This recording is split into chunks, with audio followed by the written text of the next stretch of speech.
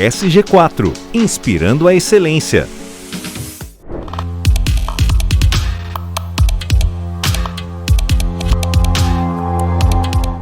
Olá pessoal, muito bom ter vocês aqui novamente no Gestão em Ação. Nesse episódio vamos conversar com a Whirlpool, uma marca muito conhecida dos brasileiros, principalmente você que conhece a Brastemp, a Consul e a KitchenAid. É uma marca que já vem se posicionando no caminho de sustentabilidade há muitos anos. E para isso, para detalhar essa jornada, vamos conversar com Eduardo Vasconcelos. Ele é executivo de Relações Institucionais e Governamentais da empresa e vai trazer muitas informações ricas aqui na nossa conversa. Eduardo, seja bem-vindo. Muito obrigado, Ivo. Prazer estar aqui com você. É uma grande oportunidade para a gente contar um pouquinho do que a empresa tem feito nesse campo aí do ESG. Muito bom. Eduardo, conte a sua história. Quanto tempo na empresa, sua formação? Fale um pouco de você. Vamos lá.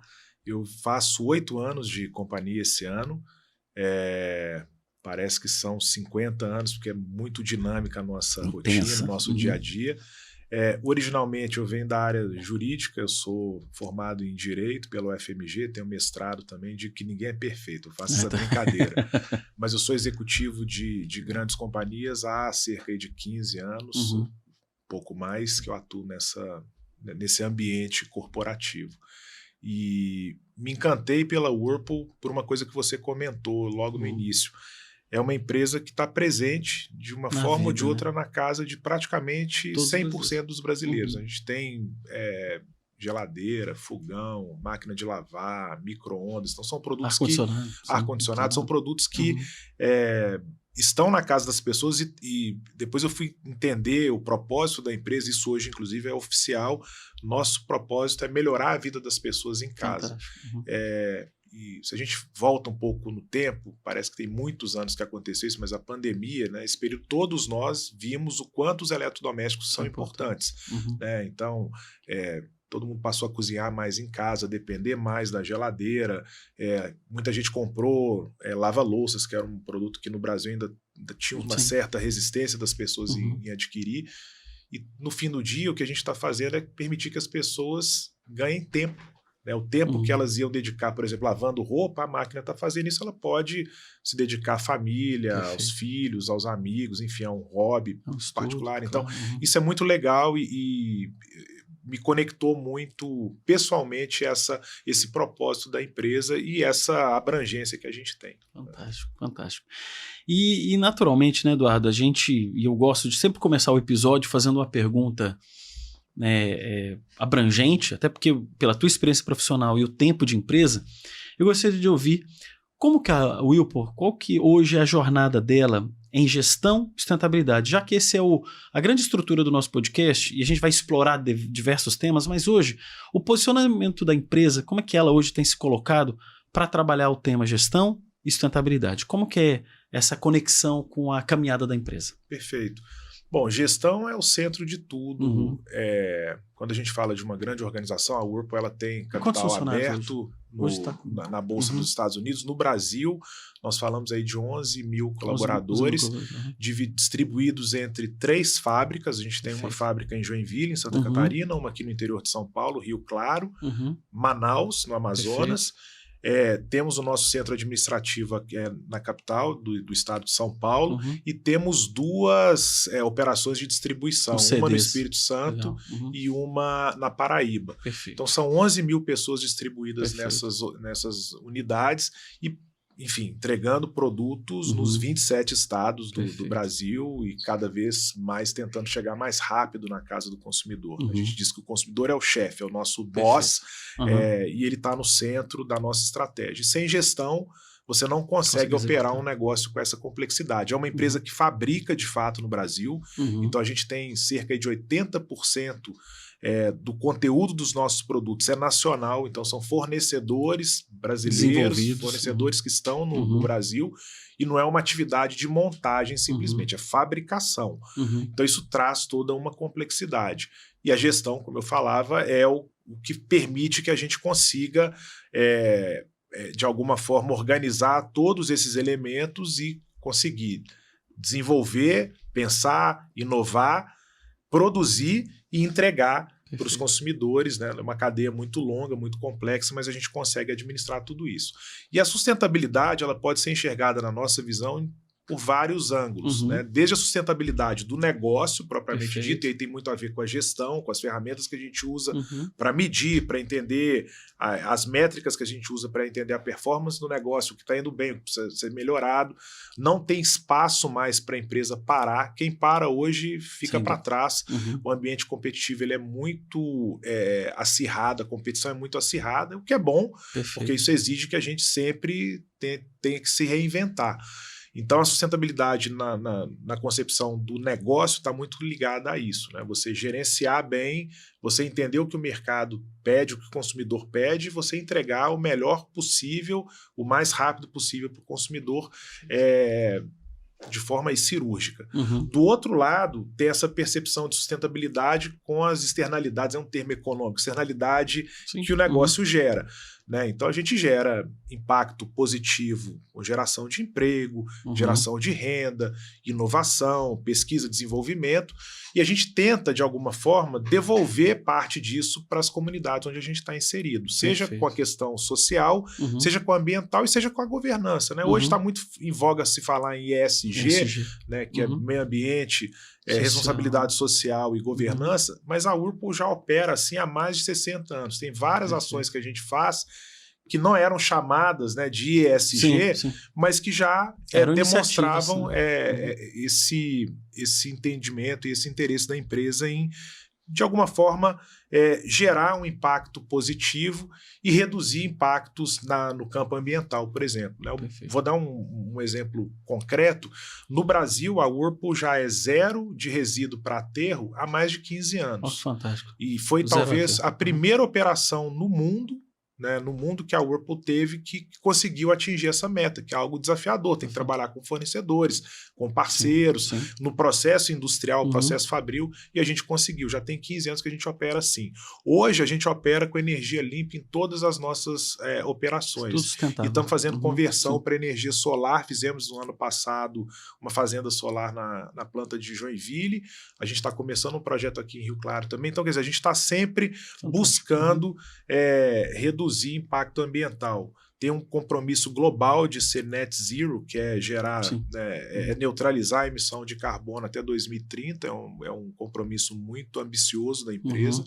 E tudo isso está na linha da responsabilidade ambiental. Depois, quando fala do pilar social, tem uma série de outras iniciativas que a gente pode explorar, mas a empresa é muito ativa. No ano passado, a gente investiu entre recurso próprio e recurso aí de leis de incentivo, mais de 7 milhões de reais em projetos sociais no Brasil inteiro. E o nosso carro-chefe é o Consulado da Mulher, que é uma iniciativa que tem mais de 20 anos e já impactou positivamente mais de 40 mil mulheres. A gente tem muito orgulho dessa iniciativa liderada aqui pela Adriana Medeiros e se quiser a gente depois pode explorar um pouco mais também. Mas enfim, e governança, a Whirlpool, só para terminar, eu sei que eu estou me alongando um pouco, mas eu gosto muito de falar sobre as coisas boas que a gente faz. A Whirlpool no mundo inteiro ela tem 5 valores que a gente chama de valores core, que estão ali ligados ao coração da empresa. E é integridade, respeito, diversidade e inclusão, espírito de vitória, e a gente chama de One Whirlpool, que é uma Whirlpool, que é o trabalho em time, né? Você não ter barreira, isso aqui é da minha área, isso é da outra área, não, a gente trabalha junto.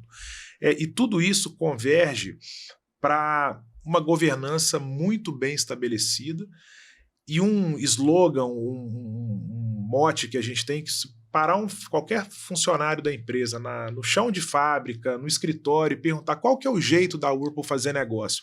Eles vão te falar, não tem jeito certo de fazer a coisa errada.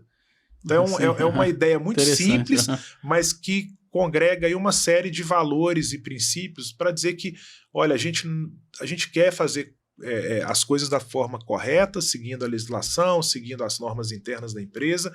Vai ter competição, a competição tem que ser leal. Então, tudo isso converge para o que a gente chama de governança no ESG. É uma empresa que atua do jeito certo, tem uma série de controles para garantir que a gente esteja sempre fazendo as coisas da forma correta. Então, juntando tudo isso, eu volto no que eu comentava. É uma empresa que há mais de 60 anos já faz o ESG de forma muito consistente. Muito consistente. Essa questão, inclusive, a gente vai também explorar a questão de logística reversa que vocês têm. Hoje, uma curiosidade, Eduardo, hoje, quando você recolhe uma geladeira, recolhe um fogão, recolhe um equipamento, ele é desmontado, todo esse processo inclui a parte de aterro também nessa estrutura de logística reversa? Vamos lá, uma ótima pergunta, e é uma pergunta que está aí no centro das nossas prioridades hoje. O Brasil tem desde 2012 legislação que trata dos resíduos sólidos, do tratamento que tem que ser dado. O nosso acordo setorial, na verdade, foi um decreto, ele foi editado pelo governo em 2019, definindo aí as regras, as metas que deveriam ser cumpridas, e esse é um grande desafio, principalmente pela questão cultural. Perfeito. Se eu fizer uma pergunta para os nossos telespectadores, ouvintes, o que você faz quando você troca de geladeira, por exemplo? Né? Normalmente a pessoa vai te responder, o que você faz com a geladeira antiga? Né? Comprei uma geladeira nova, o que eu faço com a antiga? Eu entrego para um parente, eu vendo, eu levo para minha casa de campo, eu levo para minha casa de praia. Dificilmente a pessoa vai te falar, não, eu liguei para um serviço aqui que recolheu esse produto e deu a destinação adequada do ponto de vista de tratamento de resíduo. Então, esse é um grande desafio. Né? São produtos de alto volume, alto peso, tem uma logística complexa, e a gente tem estudado isso há muitos anos, e a gente chegou num formato, numa estrutura hoje, em que nos permite, e é a primeira empresa que faz isso no Brasil, nos permite recolher na casa do consumidor sem custo produtos acima de 30 quilos, independente da pessoa estar comprando um novo produto ou não, e independente daquele produto ser das nossas marcas. Então não precisa ser Brastemp, Consul, KitchenAid. Tem mais de 30 quilos, faz contato conosco, a gente tem um sistema que recolhe o produto na casa da pessoa, do consumidor, da consumidora, e dá a destinação adequada, que não é aterro, aliás, não pode ser aterro, porque são produtos que muitas vezes têm gases, têm metais que precisam ser tratados adequadamente, e a gente vai então processar esses resíduos e dar a destinação adequada, ou fazer o reuso, voltar para a linha de produção, enfim. Mas é um grande desafio, eu diria que o Brasil está começando uma jornada nesse sentido, e a gente está muito atento a isso, a empresa está muito atenta e já conseguiu aí colocar de pé, de forma muito profissional, um sistema que funciona, né, e que é pioneiro no país. Até porque tem um ponto que, vou falar rapidamente disso de ciclo de vida. O ciclo de vida de um eletrodoméstico, eu tenho uma curiosidade, é muito longa, né? A pessoa compra uma geladeira, fica na família uns 10 anos, assim, uma média, mas é uma percepção de um consumidor. Perfeito. Então você tem uma geladeira que fica 10, 15 anos, e aí depois vem para o segundo ciclo, que é uma doação, normalmente. Aí vai para casa de praia, vai para algum lugar, ou dá para alguma pessoa que quer ajudar. Ou as pessoas vendem, mas mesmo vendendo o segundo ciclo, a outra pessoa vai usar mais uns bons 10 anos, porque são equipamentos que duram bastante, né? São equipamentos que têm um ciclo de vida longo.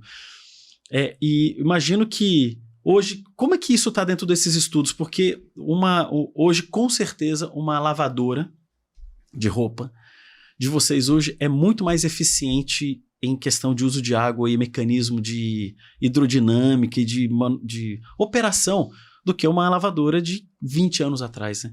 Então vocês hoje, eu queria muito te ouvir sobre essa questão de ciclo de vida, como é que vocês olham para isso, porque deve ser muito interessante, e também depois de falar um pouco da eficiência dos equipamentos, que é alguma coisa que vocês devem estar discutindo, óbvio, deve estar dentro do P&D de vocês ali, do pesquisa e desenvolvimento de vocês, né? Perfeito, e ótima pergunta. Eu vou fazer uma brincadeira aqui, você está falando de 10 anos, mais 10 anos, se for Brastemp e Consul, eu garanto que vai durar talvez 30, da concorrência eu já não sei, talvez não chegue nem nos 10, mas a vida útil estimada desses produtos está em torno de 10 a 12 anos. Obviamente, com manutenção, o produto vai mais, mas acontece exatamente o que você falou. Depois desse período, tem uma por obsolescência da tecnologia mesmo. Perfeito. O que acontece com o celular, com o computador, você começa a ter um produto que ele já não tem mais, comparado com um produto novo, um nível de eficiência energética adequado, um nível de consumo de água adequado, a performance do produto mesmo adequada. Mas, na prática, o que acontece é que as pessoas vão estendendo essa vida útil e muitas vezes tem um prejuízo, entre aspas, porque elas pagam um novo produto na conta de luz ou no consumo de água. Né? Se elas trocassem, substituíssem o produto por um mais novo, aquela economia de energia, de água, certamente pagaria pelo produto novo. Né? Mas é uma equação que muitas vezes as pessoas não fazem. Né? E esse é um dos grandes desafios da logística reversa. É você conseguir conscientizar as pessoas de que, olha, vale a pena, troca o seu produto, como a gente troca de celular. Tem um hábito aí, a maioria das pessoas troca a cada 2, 3, 4 anos, troca o aparelho porque a performance dele já não é mais a mesma. Né? E é natural, a tecnologia está evoluindo. Então, na ponta do consumo, a gente tem esse desafio de conscientização. O sistema hoje está funcionando, então não tem mais a desculpa, porque nós ouvíamos muito isso dos consumidores. Mas o que eu faço com a minha geladeira antiga? Perfeito. O que eu faço com a minha máquina de lavar? Eu vou pagar para alguém vir aqui recolher? A pessoa entende que está fazendo algo correto, está dando a destinação correta, mas vai ter um custo atrelado. Essa parte da equação está resolvida. Hoje tem um sistema que recolhe sem custo. Produtos acima de 30 quilos. Os menores têm postos de coleta, tem pontos de coleta que a pessoa leva, e como a gente já faz também com... E no site de vocês isso é muito claro, né? Muito fácil lá. Vocês tem uma aba lá em cima que você coloca lá logística reversa. Que tem todos os endereços, é muito simples, e fazer o agendamento, né? A pessoa entra em contato. Exatamente, faz por WhatsApp. É uma conversa por WhatsApp. O meu endereço é esse e tal, faz o agendamento, a pessoa, o nosso time vai lá e recolhe.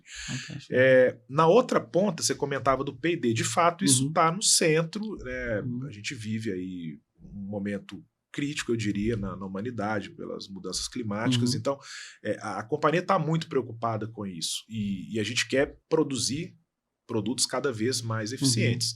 Óbvio que tudo importa custo. Claro. Então, e a gente teve essa discussão recentemente com o governo federal.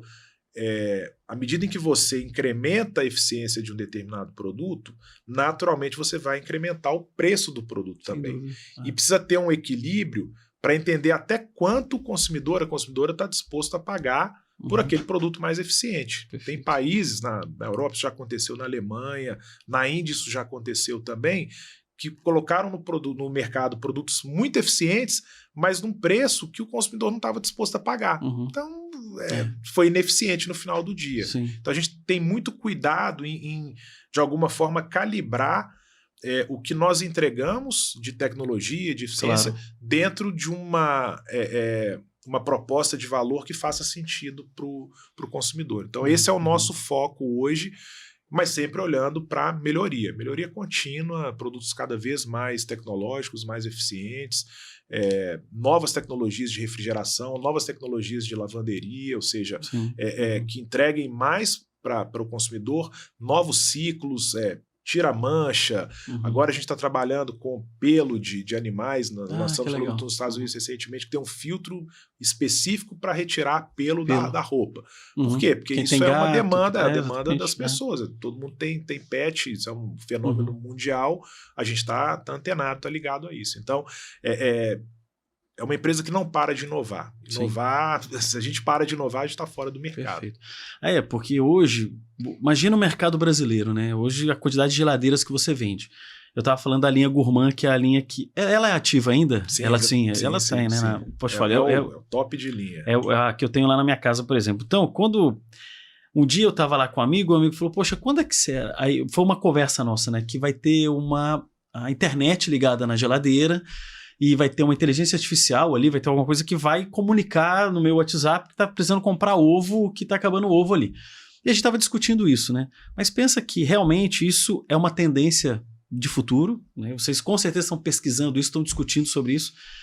Mas hoje, essa geladeira que já tem um preço diferente, né, já é maior, imagina uma geladeira hoje de média de uns R$4.000, que eu acho que é um preço 3 mil, né, uma mais popular, né, mas é um investimento, né? Uma família que vai trocar uma geladeira vai colocar R$3.000. Agora você embarca nela uma tecnologia super poderosa, né, então eu acho que existe realmente um equilíbrio, né, você está pesquisando isso para que isso seja efetivo, do que aumenta o preço do produto, tem uma tecnologia embarcada lá fantástica e a pessoa não vai usar isso porque não é do ritmo dela ou da forma dela conduzir, né? É isso. A gente acredita, desculpa de interromper, mas só para pegar esse gancho, a gente acredita em inovação com propósito. Perfeito. Então, teve a coisa aí de 8, 10 anos um buzz, né, um barulho muito grande com a história do produto conectado. Então, tudo é conectado, geladeira conectada. As pessoas, os próprios consumidores entenderam, tá, mas conectado para quê? Para quê? O que isso está me entregando de valor? Funcionalidade. Né? E muitas vezes nada. Sim. Então, esse é um cuidado que a gente tem para não exagerar muito, não pesar muito a mão. Não, vamos conectar os produtos. Tá bom, mas vai ser um custo adicional e vai entregar o quê? Perfeito. Nós lançamos, coisa de 4, 5 anos, a cervejeira conectada. Legal. E aí tem um propósito.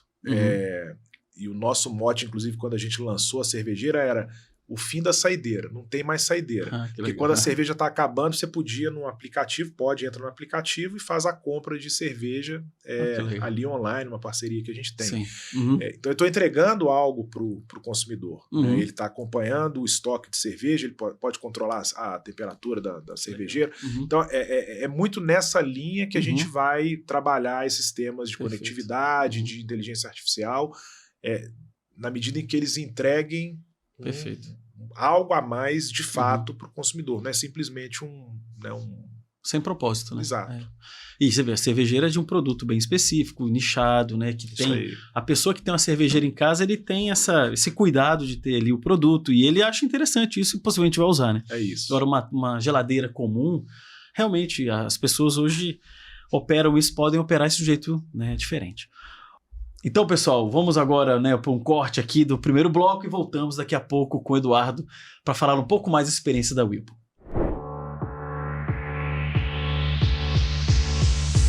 SG4 Treinamentos, capacitando talentos, impulsionando negócios.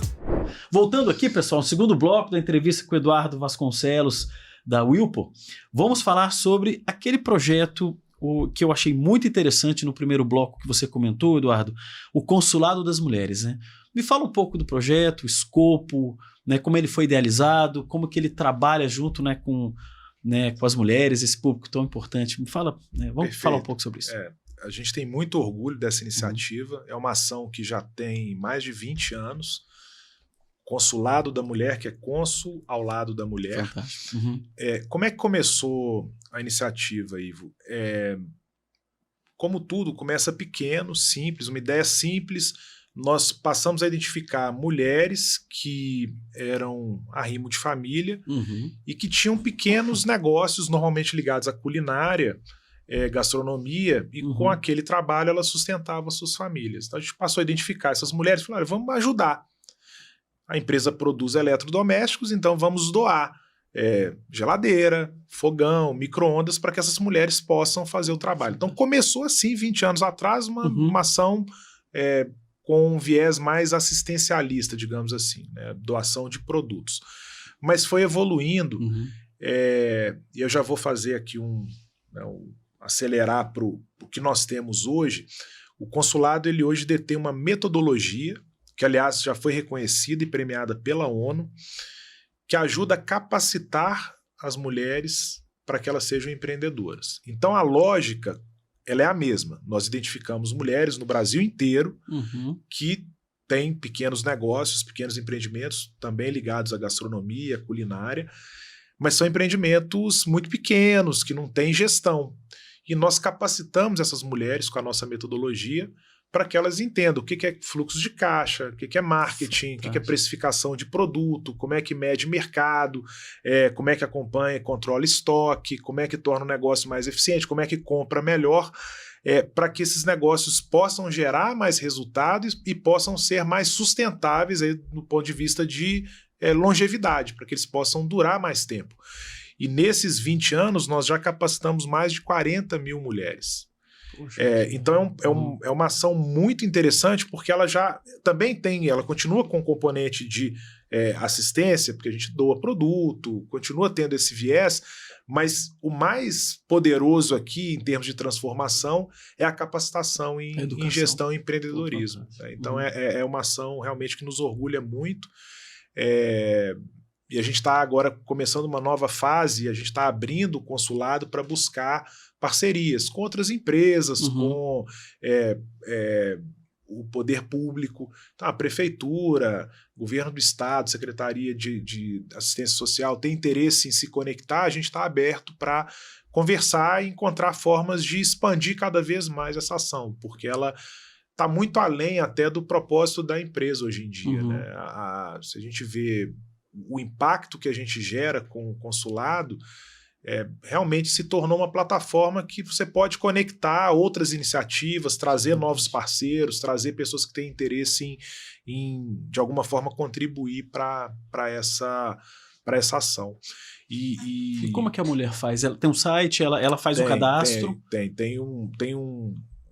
Eu já participei algumas vezes, inclusive, a gente tem um comitê interno que faz o julgamento das iniciativas que vão ser contempladas naquele ano. Perfeito. E é muito difícil. Eu brinco com o pessoal do consulado, com a Adriana e o time dela, que sempre eu sofro, porque você vê iniciativas muito legais.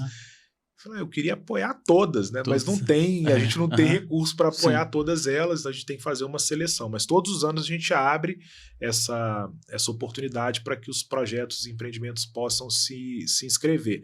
E há 2 ou 3 anos, aí a Leda, que estava conosco, que liderava essa iniciativa, ela se aposentou no ano passado, mas ela teve a ideia de permitir que cooperativas, associações participassem também, porque aí aumenta ainda mais, potencializa o impacto. Né? Isso, então, além dos empreendimentos individuais, a gente passou a olhar também para essas iniciativas coletivas, que têm um potencial maior de impacto. Né? Mas mesmo que o projeto não tenha algum tipo de fomento ou direcionamento financeiro, ou talvez de produtos de vocês, tem essa base educacional. Exatamente. Então as mulheres podem aprender sobre fluxo de caixa, sobre gestão, porque eu acho que isso é uma necessidade, né, Eduardo? O empreendedor brasileiro, ele é raçudo, ele vai lá, é raçuda, né? A mulher vai lá e ela está produzindo alguma coisa, vendendo, cuidando da família e tal.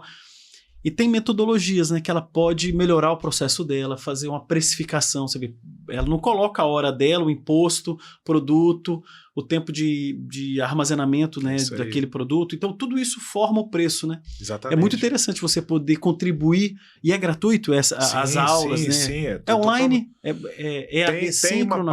Tem uma parte, a gente tem aí monitores, treinadores no país inteiro, então a gente faz... Idealmente é presencial, mas tem uma parte do conteúdo que é online. Que é online também. Porque é interessante, né? Hoje eu acho que a educação e empreendedorismo é fundamental, porque se isso não é talvez uma coisa tão falada no Brasil, eu acho que tão importante, né? O empreendedor brasileiro que, sei lá, tem mais de 20 milhões de CNPJs no Brasil e tem muitos desses CNPJs que é uma pessoa, é uma MEI, né? Uma pessoa que tenha ali o negócio dela. É tão importante. E você impactar, né, através dos seus produtos, né? Os produtos que a pessoa usa ali para isso. Exatamente. Mas enfim, começou assim que legal. Já se transformou. Hoje é uma coisa muito maior do que a gente imaginava que seria lá no começo, e a gente tem muito orgulho. E outras iniciativas, o que da parte social hoje, né, a parte de inclusão, eu vi que você comentou, me conta um pouco de outras iniciativas que a Whirlpool hoje está Vamos lá, para falar de diversidade e inclusão, e aqui é muito importante, diversidade e inclusão andam juntas na nossa visão, né? E a gente costuma falar que a diversidade é você convidar a pessoa para a festa. A inclusão é convidar a pessoa para dançar. Então não adianta só estar na festa, tem que participar. Então a gente vê sempre esse binômio, diversidade e inclusão.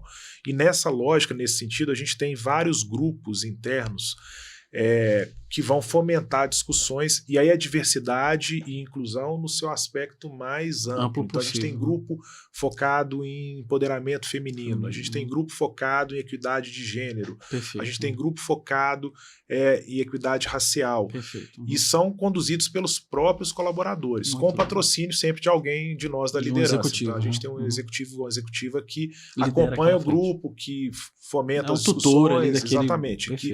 E aí a gente faz conversas, webinars, enfim, mas o tema está permeando a organização como um todo, e o mais legal, ele é conduzido pelas próprias pessoas que têm lugar de fala para cada uma dessas questões, né? Então a gente não quer tutelar, a organização vai fazer e vai impor essa visão. Não, a gente permite com que os próprios colaboradores e colaboradoras construam isso com o nosso apoio.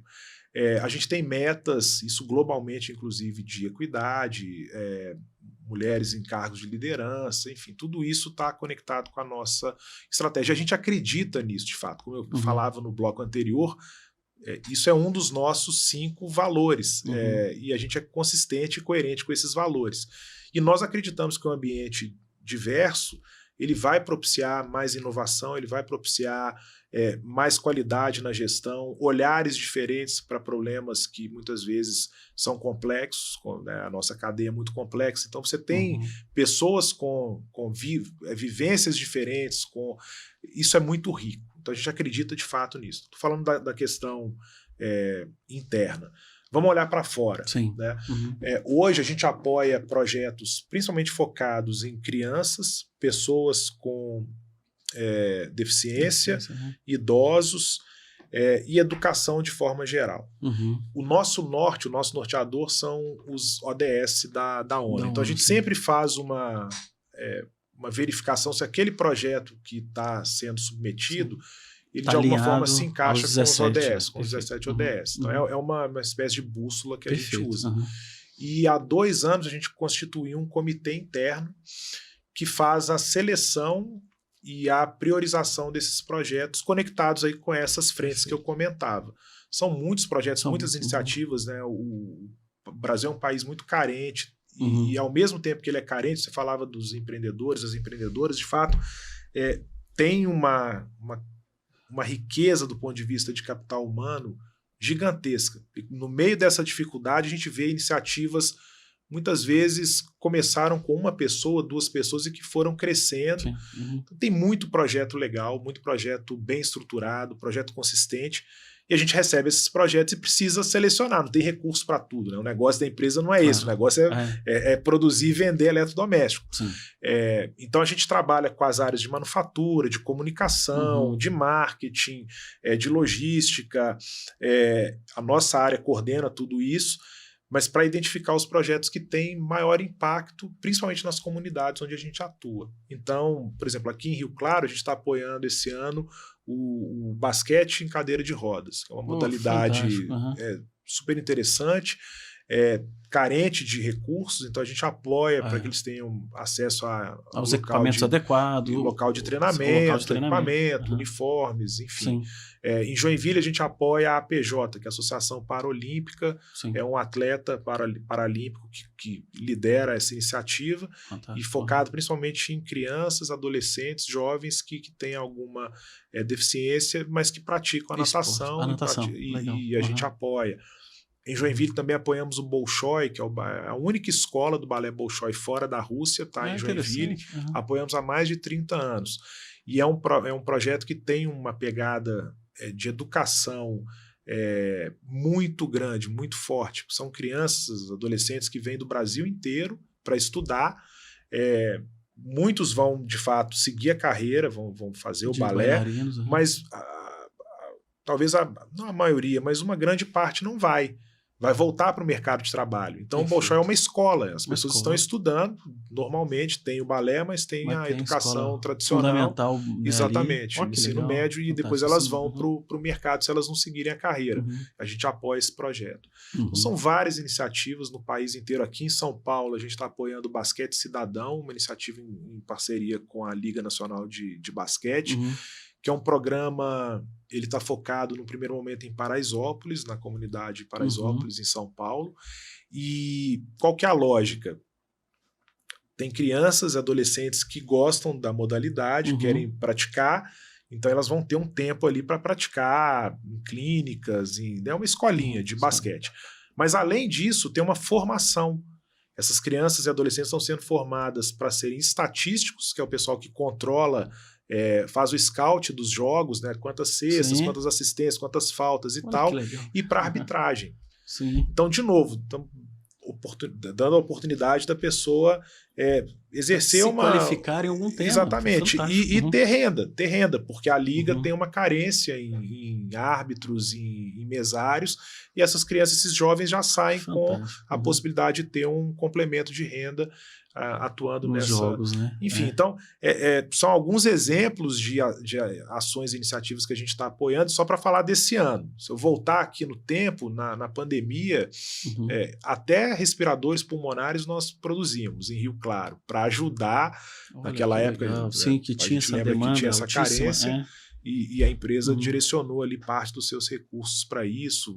Ajudamos aí com as metodologias que a gente conhece em manufatura a aumentar a produtividade dos fabricantes que na época faziam respiradores. Eram 4, 5 empresas no Brasil, e uma delas a gente apoiou.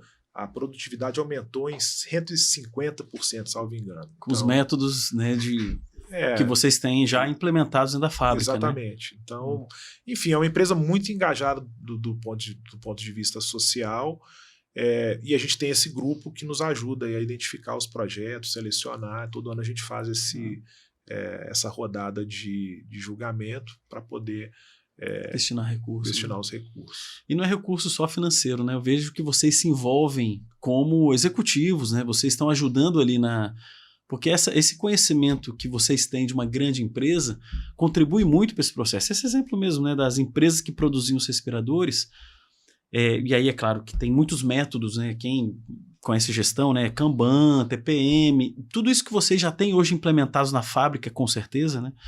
A parte de Lean, né, que são fábricas limpas, organizadas, né? Então, você trabalha esse desenvolvimento de fornecedores, então toda uma cadeia de produção. Então levar isso para um empresário médio que talvez esteja ali com muita demanda e não consegue organizar para produzir é fantástico. Né? Isso. Não é só dinheiro, né? Não, sem dúvida. E aí você me lembra de uma iniciativa que a gente lançou globalmente faz alguns meses, foi um programa de voluntariado. E o que a gente percebeu? Muitos colaboradoras têm interesse em ajudar, mas muitas vezes não sabem como. Né? Eu queria dedicar aqui algumas horas do meu dia para alguma iniciativa, mas eu não sei onde, o quê. E a empresa está gerando essa oportunidade. As pontes, né? Para que ela possa. Para que as pessoas possam participar de alguma ação. Então a gente tem feito isso no mundo inteiro. Mas um foco aqui muito grande na América Latina. Então, México, Colômbia, aqui no Brasil, na Argentina também a gente tem feito ações de voluntariado com um nível de engajamento muito alto. É muito gratificante assim, ver as pessoas participando, gera aí uma conexão afetiva muito forte, um sentimento de gratidão, né? Às vezes a pessoa reclama da vida, vai visitar um abrigo, por exemplo, para mulheres que sofreram violência doméstica. A gente fez isso ano passado. A pessoa vê histórias ali que olha, realmente duras, eu sou um privilegiado, uma privilegiada, tenho um trabalho estável, tenho uma família estruturada, posso dedicar horas do meu dia aqui para ajudar essas pessoas.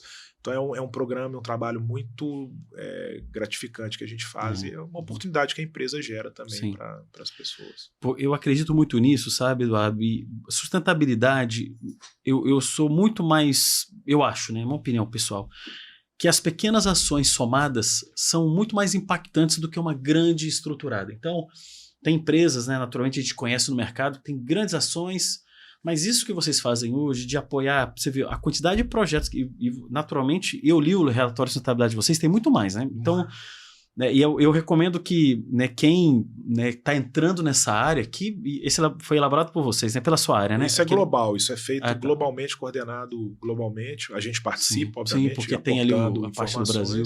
Isso, mas obrigado pela publicidade aqui, porque realmente é um documento muito completo. Muito bem feito, muito bem feito. E não tem tudo ali, a gente segura um pouco, não divulga todas as ações. Aliás, isso é um traço interessante da empresa, eu sou suspeito para falar. Muitas dessas ações que eu comentei aqui não tem publicidade nenhuma. Sim, sem dúvida. E muitas vezes a gente nem divulga as marcas de produto. Então não tem lá Brastemp, Consul, KitchenAid, não. É Whirlpool. Porque o propósito, o objetivo não é trazer... comercialmente algum tipo de situação. Não é.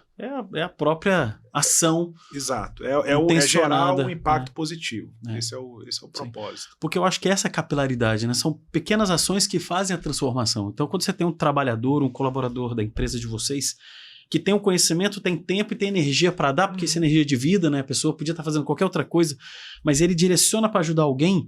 Isso é de um impacto fantástico, né? Porque a sociedade vai mudar assim, né, Eduardo? Não é e muito dinheiro envolvido ou alguma coisa material.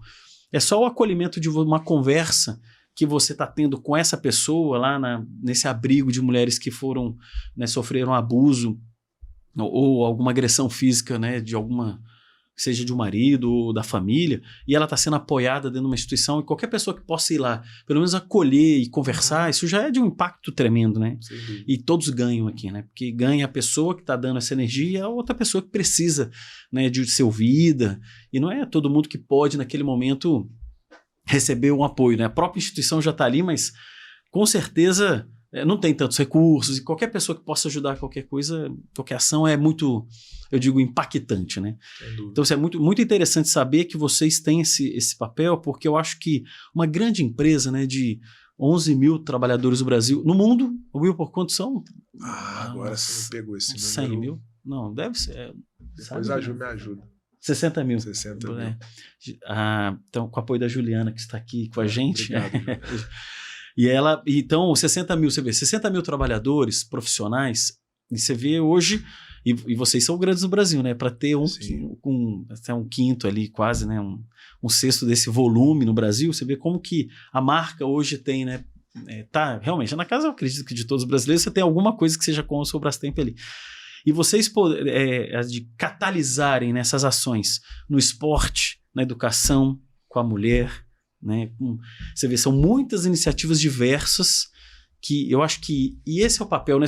Você pega lá os seus 7, 8 milhões que vocês hoje estão investindo, né? Estão direcionando para esse aspecto, mas quando você pulveriza isso, o impacto é muito mais positivo que você direcionar esse valor especificamente para uma única frente, né?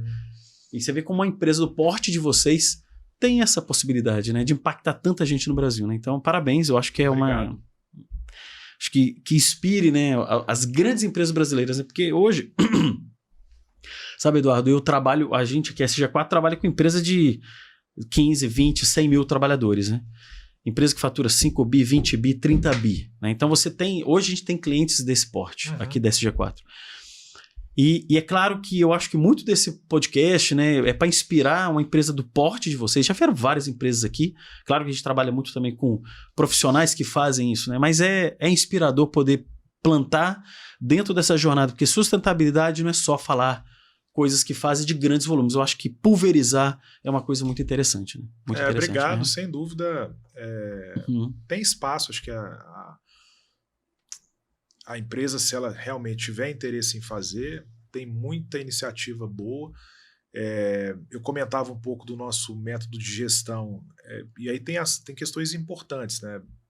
O propósito da empresa, como eu comentava, é melhorar a vida das pessoas a partir dos nossos produtos. Então a gente tem que desenvolver, produzir e vender.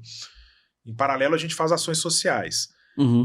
Um dos critérios que a gente usa para selecionar o projeto é assim: esse projeto não pode ser exclusivamente dependente da Whirlpool. Perfeito, tem Por que ter quê? vida própria, claro.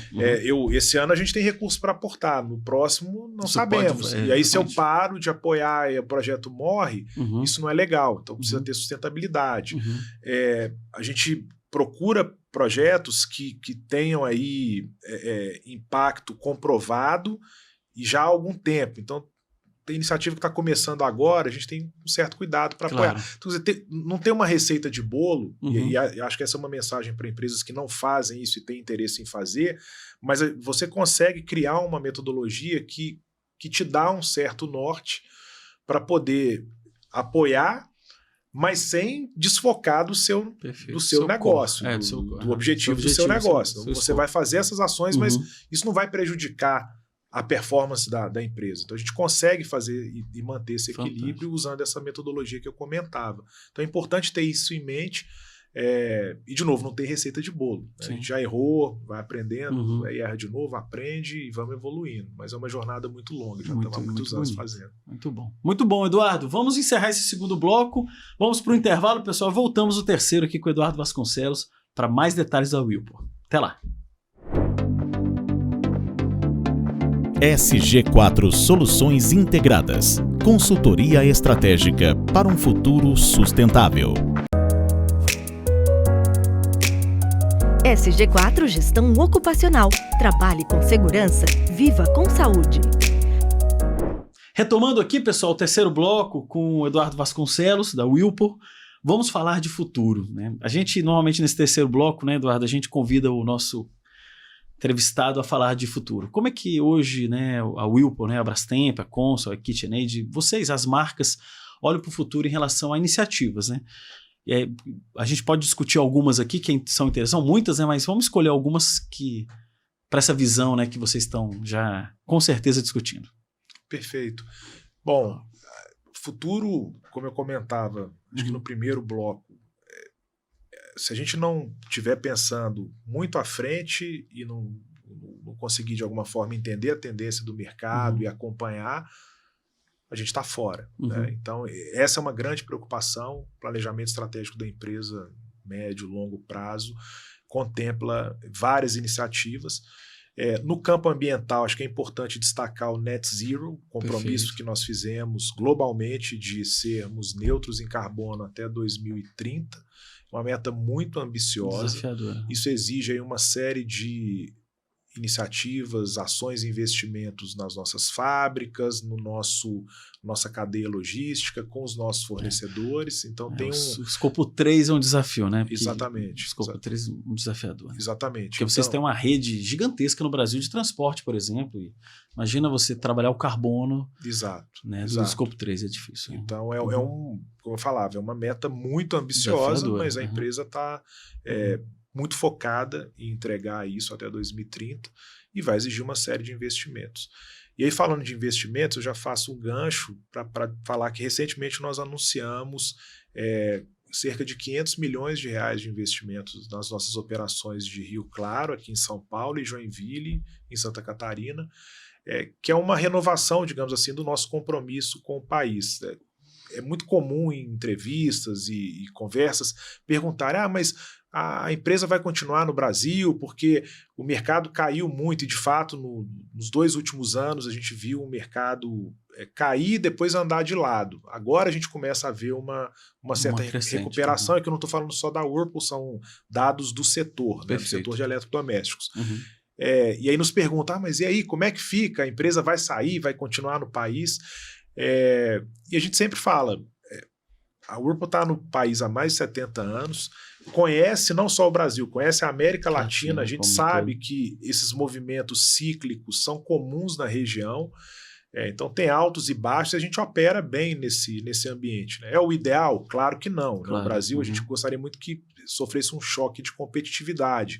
Agora vê a reforma tributária, positivo, mas vai gerar efeito no longo prazo. Né? O Brasil precisa investir em infraestrutura, precisa melhorar a nossa malha logística, precisa melhorar os nossos portos, enfim, tem uma série de ações que precisam ser feitas para garantir que o país ganhe competitividade e seja mais atraente quando a gente olha aí o cenário global, que ele consiga atrair investimentos. Né? É um mercado muito grande, são 220 milhões de habitantes, mas ele precisa ter esse choque. Independente de tudo isso, nós fizemos esses investimentos, é um novo ciclo que a gente começou, e dentro disso tem uma série de iniciativas, se quiser depois a gente pode detalhar, mas é uma renovação do nosso compromisso com o país, e eu acho importante falar sobre isso também. E é investimento para a renovação do parque tecnológico das indústrias, investimentos na parte de produção de novos produtos. Dentro do valor total tem pesquisa, desenvolvimento e inovação, então tem uma parte aí importante, novos produtos que a gente vai lançar nos próximos anos. A gente não traz novidade, a tendência é o consumidor ficar ali mais estável. Então a gente quer atrair o consumidor, quer mostrar produtos novos para gerar essa demanda, criar uma demanda. Então tem investimento em P&D e produtos, mas tem muitos investimentos na parte fabril mesmo, né? Manufatura. Modernizar a fábrica. Desde modernização, aplicação de tecnologias da indústria 4.0, flexibilização, isso é um tema importantíssimo para a gente. Para você ter eficiência na produção, tem que ter uma cadência, e tempo parado de linha é desperdício, é ineficiência. Então a gente quer ter o mínimo de paralisação possível. A linha tem que andar mais constante. Claro. E daí como é que eu mudo o produto que eu estou fabricando naquela linha ou, sei lá... Vai ter que fazer um setup diferente. Tem que fazer um setup. Uhum. Então tem várias tecnologias que hoje a gente está desenvolvendo que você aplica na linha para reduzir esse timing, esse tempo de setup. Sim. Então eu consigo ser mais rápido e com isso eu melhoro a eficiência. Uhum. Depois tem o WCM, que é uma metodologia global. Isso veio da indústria automobilística. Chama World Class Manufacturing, que é manufatura de classe mundial. Uhum. E ali tem uma série de pilares, mas o foco principal é qualidade, segurança, eficiência, mão de obra qualificada, não desperdício. Né? Tem uma série de pilares e tudo isso também implica investimento. Sem dúvida. E aí uma parte desses investimentos está na linha de aumentar ainda mais, que as nossas plantas no Brasil, todas elas já são certificadas, WCM, prata. Estamos aí buscando o ouro, é muito difícil, mas a gente vai chegar. Então também tem essa pegada. E aí quando eu falo de competitividade, só para fazer o gancho, tudo isso que a gente está investindo faz com que as nossas fábricas sejam muito eficientes. Talvez, se a gente compara com outras fábricas da Whirlpool em outros países, as do Brasil estão no patamar mais alto de produtividade. Aí a gente começa a perder competitividade da porta para fora. Quando o produto sai da fábrica, aí a gente cadeia começa... logística, né? Sistema tributário, aí a ineficiência vem. Né? Mas nossa lição de casa a gente está fazendo.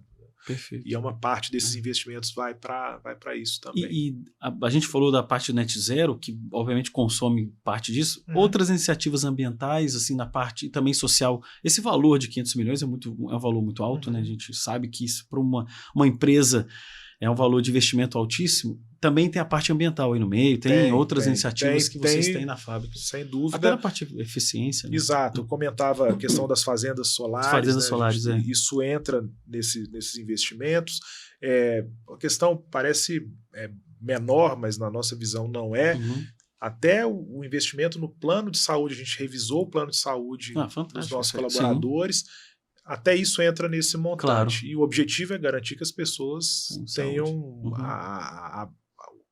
suporte adequado, se sintam bem, possam trabalhar felizes, possam trabalhar contentes, sabendo que a família está sendo cuidada.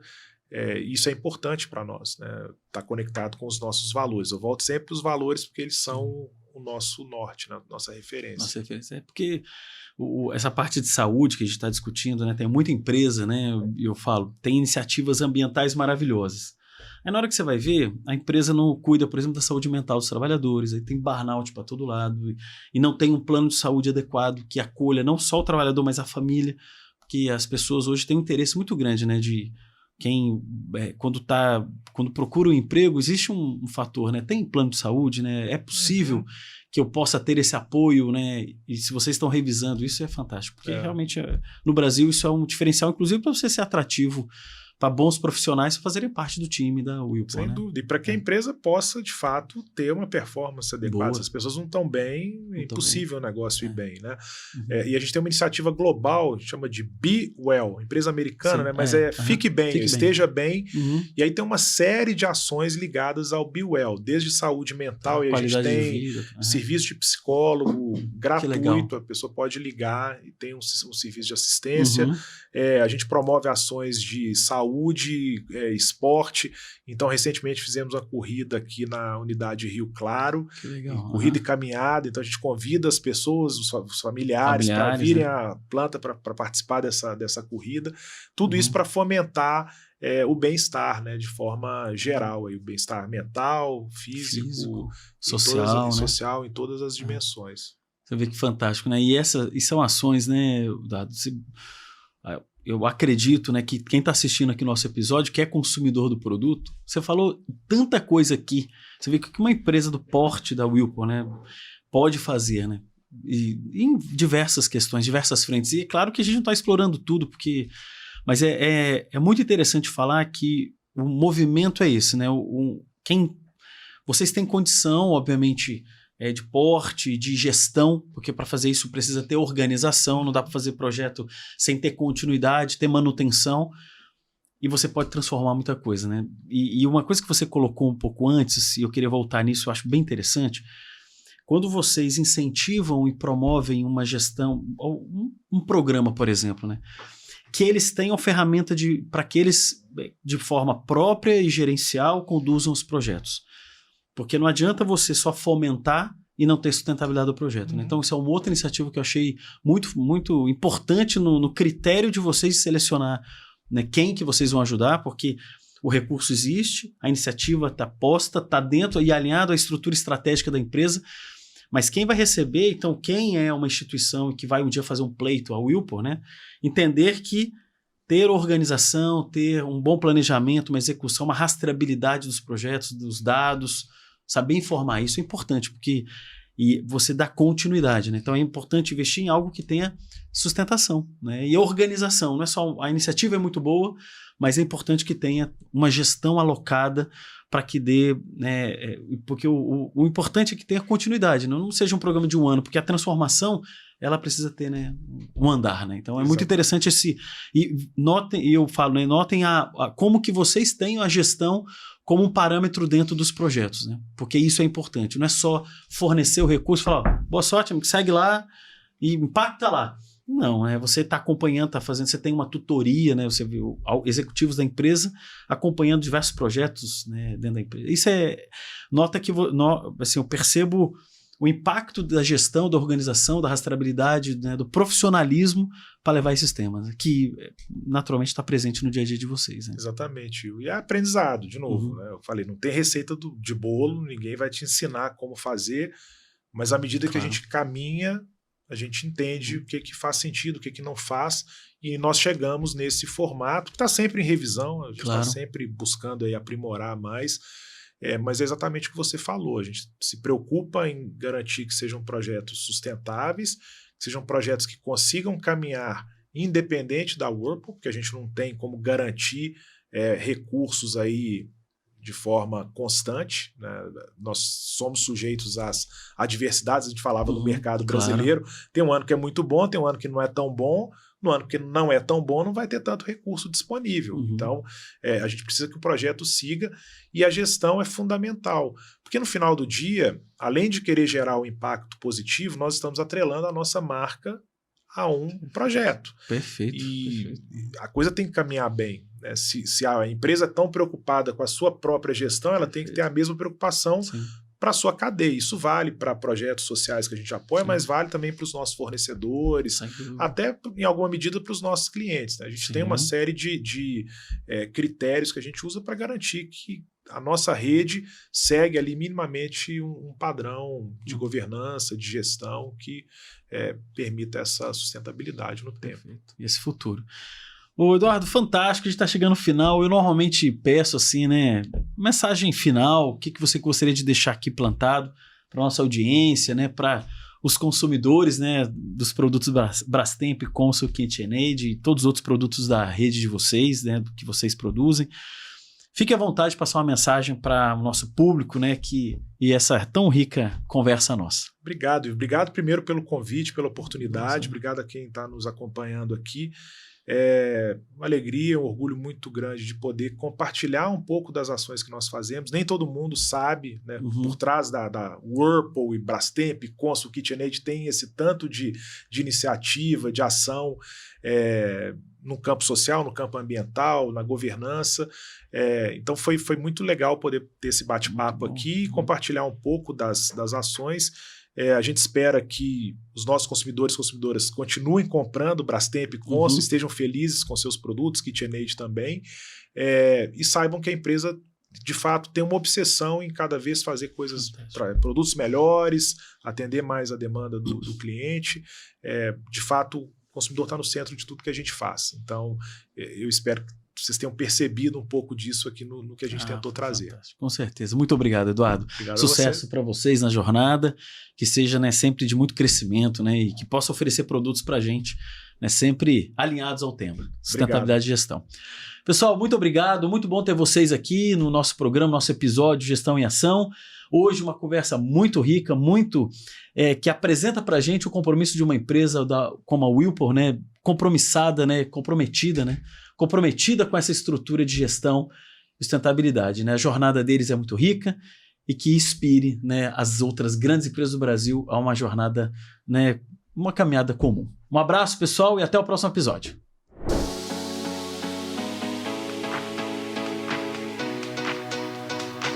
SG4, inspirando a excelência.